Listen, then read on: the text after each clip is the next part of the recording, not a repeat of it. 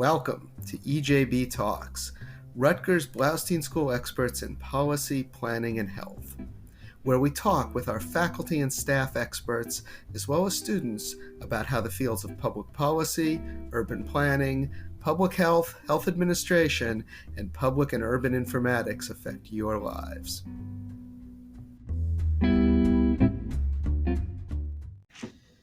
Welcome to the 11th season of EJB Talks. 11 seasons.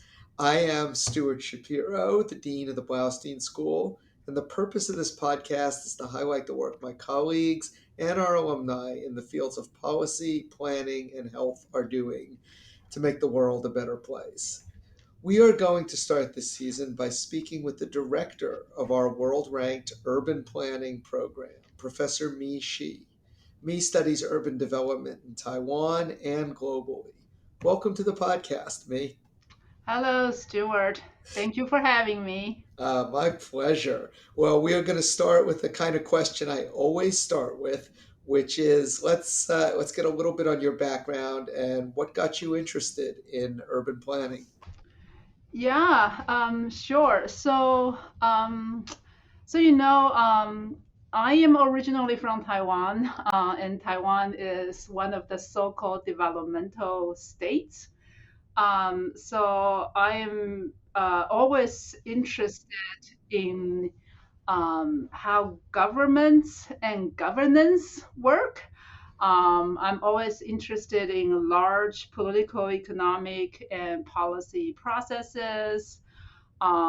Those are some of the topics that always fascinate me. For example, large scale land development projects backed and supported by the state, peri-urbanization, market-oriented urban policies. And I'm also interested in the questions such as why do experts know what they are doing? Where does their confidence come from? But on the other hand, I am also always interested in the diverse ways of how people live their urban lives. How do people make do, get by, eke out? How do they make sense of um, the kind of regulations, rules, or spatial orders imposed on them? And then planning is just the right field that these two very different sets of issues come together. So that's a perfect fit for me. Yeah, it's funny in our present moment, I'm not sure how different those sets of issues are, right? Where Yeah. experts get their knowledge from and why they can express confidence and how people live in the state. That's a lot of the tension we see right now between populism and expert elitism, and so I think they're very much connected. Yeah, definitely. Yeah, it is an interesting moment that we are living in right now. And it's true worldwide. I mean, I obviously think about it mostly here in the United States, but you see it Mhm. across the world. Um, with that in mind, when you meet new planning students here or potential planning students, what do you say to get them interested in urban planning? So so when our students come to us, they are already very interested in planning. Um, they may not be able to tell you exactly what their interests are, but you can tell that they are energetic, they are very smart, they are engaged, they are engaging. Um, and I think what really fires them up is that they are interested in problem solving. There are older, wicked problems that have been us for a long while, right? And our students see that, well, the urban world is not quite working the way it is supposed to be, and the impacts are uneven. Um, already disadvantaged communities face more challenges and receive fewer benefits. And wealthy communities seems to be doing better ever since. And there are also new challenges, climate challenges, sea level rising challenges. So they want to know how to solve problems, right? And that is why they come to us. Yeah, no, I love that problem solving framing there. And it's usually with an aim of making people's lives better. Is that right? That's the goal for many of them. Yeah, yeah, exactly. And I just think that it is so crucial that they just want to make the world a better place. They just want to find ways to do planning better, to make the situation less problematic.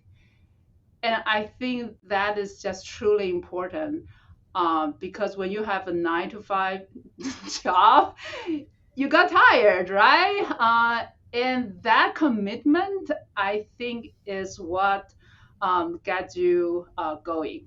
Yeah, there's so many frustrations. You have to sort of be able to keep your eye on why you're doing what you're doing for sure. It's Yeah, true of us as well, no doubt. I don't have to tell you that. So I want to turn to your research a little bit because I sure. want to give you a chance to talk about that. So explain to us, looking at your abstract and some of your articles there, Mhm, and you use this term density formulas and their mhm, use in Taiwan. mhm. What does that mean? All right, so let's start with density bonusing. And this is globally, this is a very popular planning tool. So what density bonusing does is essentially that local planning agency or local planning authorities give real estate developers more development rights.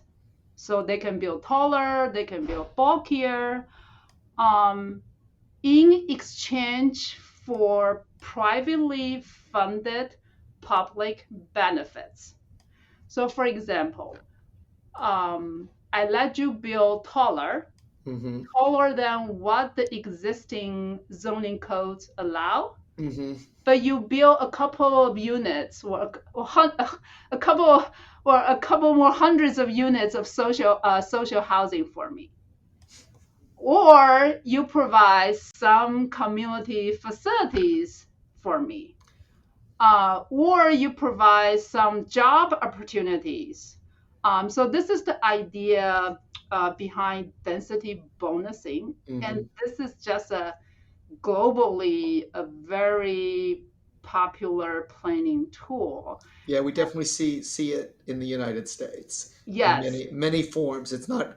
I don't know that I've seen that term, but certainly we see concessions to developers in exchange for other things all the time. Yeah, and as federal funding becomes, less and less frequent, Mm-hmm.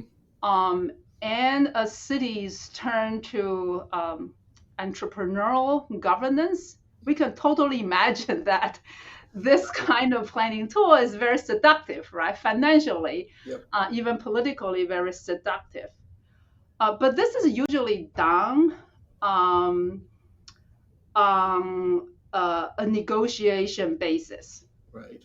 So the planners, local communities affected or potentially will be affected by the new development, and the developer they negotiate, right? Mm-hmm. So could be a pretty messy process, right?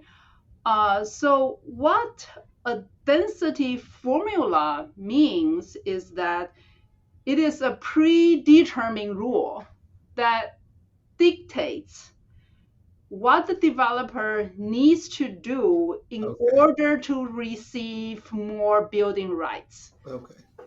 So essentially, planners just say that, well, you need to do X and Y and Z. Right. And in return, I will let you build that much more. Hmm. So the communities are completely left out of this process. And Taiwan has a fairly elaborate density bonusing. Um, Let me call it regime or Uh-huh. program or regime. Um, and it has many different kinds of formulas. You build social housing, I give you that much more. Um, you build community facility centers. I use a different kind of formula. You build a building that meets the government's smart building certification standards. Then I give you this much. Um, so everything is done through formulas. Mm. And Uh, where do these formulas come from? yeah, that's the interesting question, right? Uh, well, these formulas come from planners, Hmm. right? So, for example, there's one very interesting formula that I've been following, which is a formula that planners use to encourage large site development. Hmm. So, according to so the existing zoning ordinances say that well, the minimum lot size is, for example, 500 square meters. Taiwan is fairly highly densely populated, Hmm. right? But if you do a development that the site is 3,000 square meters, I will give you just a lot more density. Mm. Actually, the formula says that I will give you 15% more density. I see. And then I asked them why. I asked my, Yeah, where does that number come from? Right. yeah, they say, well, there's no straight answers. So Right. it's a magical kind of some kind of magical A number. fudge factor Yeah, almost. and I asked him, so why do you like large site development, right? Hmm. What's the basis on which you use the public policy to support certain kind of development behavior?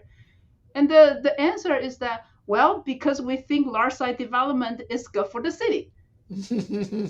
So it's circular reasoning almost. Yeah. Yes, but you can see that planners' professional preferences and planners' own value judgments are very much baked in this kind of public policy, and um, and it is problematic. Right. And in Taiwan, what has the experience been of the community reaction to this? Is this, do they even know these things exist? The buildings just go up, or is there fighting against this stuff? How is it played out? Yeah, so usually people don't know until after the fact Hmm. because everything is done through formulas. Right. And who will pay attention to formulas? They are not the most interesting things, Oh, come on. right? Uh, So people know after the fact, and it's too late for them to ask questions, right. right? Um, but people also are very mindful of their property values, Hmm. right? So um, they also see a upside of this, right? The entire city seems to become more property led. Hmm. Um, well, I'm trying to argue through my research that actually the entire city is paying a price for this kind of public policy. Hmm. Because of this kind of public policy makes land and housing markets very hot. So Right. all of us, so housing has become a lot less affordable. And for certain people, this might not be a problem. If you are already a homeowner, you would like to see the value of your apartment goes up. But for Right. younger people, for people who need to rent, for low income people, Uh, this is a very serious challenge. So we are actually collectively paying a price for this. It's just that we don't know. because the way the public policy is set up makes the public um, uh, it makes it more difficult for the public to raise questions about it. Yeah, and that may even be the purpose in some ways, right? Yeah, yeah, All right, let's go back to planning more generally sure. and the program. What given your background, given your research, Hmm. what's the message you try to convey to students as they go through the program and begin to consider their career in urban planning? Yeah, so I always tell students that planning is a truly very exciting field to get into. And I personally also think so. And that's why I got into planning, Uh-huh. right? And one important reason is because planning is about connecting knowledge to action I love for that. the public good. Hmm. And I think that is truly fascinating because we reinform how we understand the world through our actions and practices. And I think other this is what separates planning from other fields. Hmm. And because the urban world is diverse and changing, it is important for us to be a critical thinker. Hmm. Uh, but while at the same time, it is also important for each of us to build our own toolbox Hmm. so that we have tools to do problem solving, to answer questions, to assess outcome on the ground. So I think that that connection between um, knowledge and action, between theory and practice, um, I think that makes planning truly fascinating and actually impactful. Hmm. And yeah, and I think that's what people are excited about planning. Yeah, no, while it's true that we have a nice number of planning students, I think there are a lot of people out there that would like the field more if if they knew that, if they knew that that was what it was about and such. And part of our job is to do that. So hopefully some of them are listening to the podcast today. Sure, Me, thank you so much for sure. coming on. All right. Um, Thank you, Stuart. a big thank you as well to our producer, Tamara Swedberg, and to Karen Olson. We'll see you next week with another talk from another expert at the Blaustein School. Until then, stay safe.